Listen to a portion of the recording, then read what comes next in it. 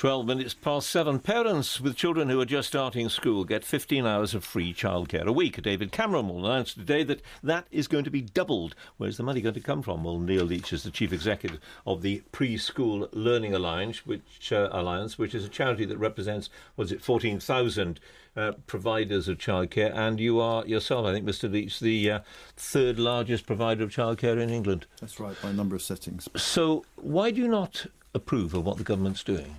Well, we approve of their idea to actually extend the number of free hours to parents because, parents need that. But what we're concerned with is that the existing 15 hours of free childcare are so grossly underfunded that extending this without really looking at what it's going to cost will just exacerbate the problem.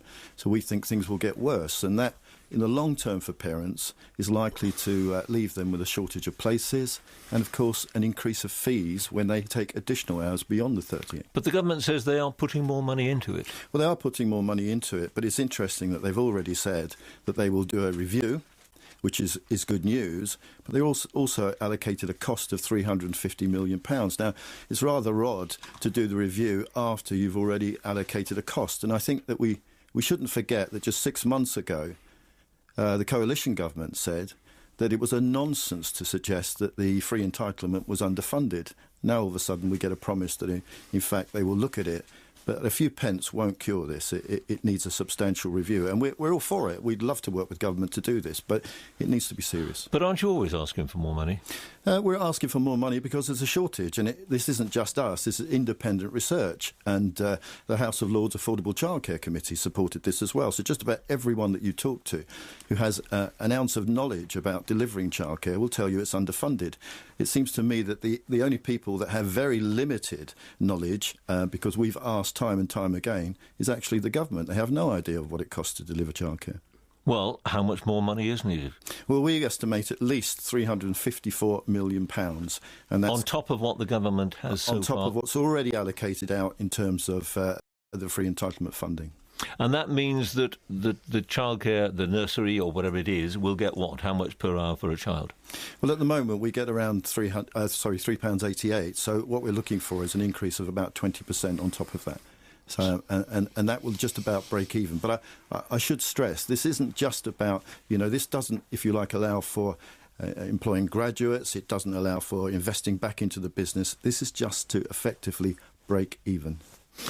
And you say it doesn't allow for graduates, but presumably the people who look after the children must be trained.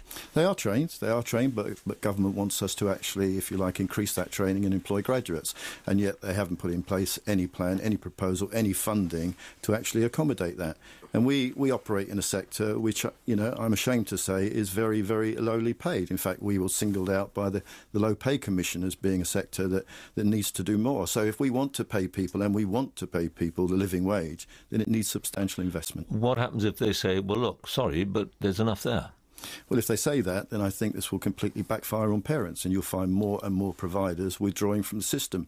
There's a limit to how much goodwill actually the sector can give. And at the moment, I think we're at breaking point with just the 15 hours. Extend that to 30, you'll see a different position altogether. But they don't have to do it. Nobody can force a provider to provide these extra hours. Quite. So why couldn't they simply say, well, we'll carry on doing what we're doing, and we won't add this extra in?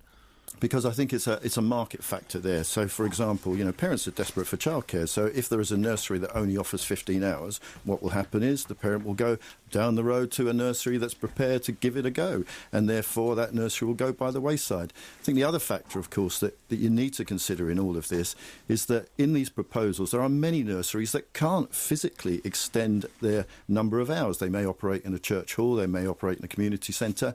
Nobody's considered whether, in fact, they will be able to offer the 30 hours. Neil Leitch, many thanks.